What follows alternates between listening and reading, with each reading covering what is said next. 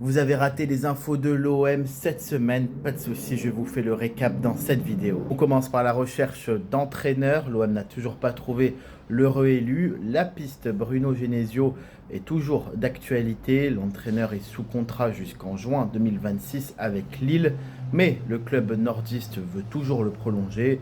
Le principal intéressé n'a pas encore pris sa décision. Autre rumeur pour le poste d'entraîneur, Christophe Galtier.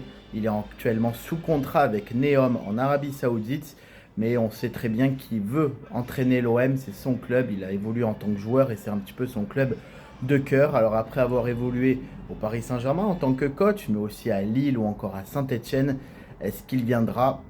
Affaire à suivre. Au niveau du mercato, dans le sens des arrivées, l'OM serait intéressé par Nabil Bentaleb en fin de contrat avec Lille, mais le LOSC aimerait le prolonger et lui a fait une offre.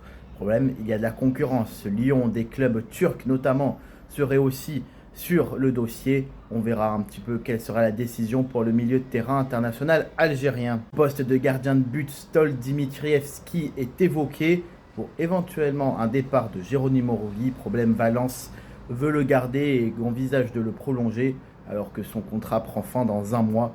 Ça risque d'être une piste qui ne devrait pas aller plus loin pour l'OM. Une officialisation a eu lieu en début de semaine, c'est celle de Benjamin Pavard.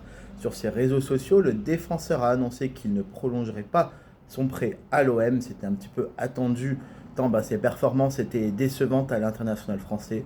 Il devrait donc retourner à l'Inter Milan, mais qui ne compte pas forcément sur lui.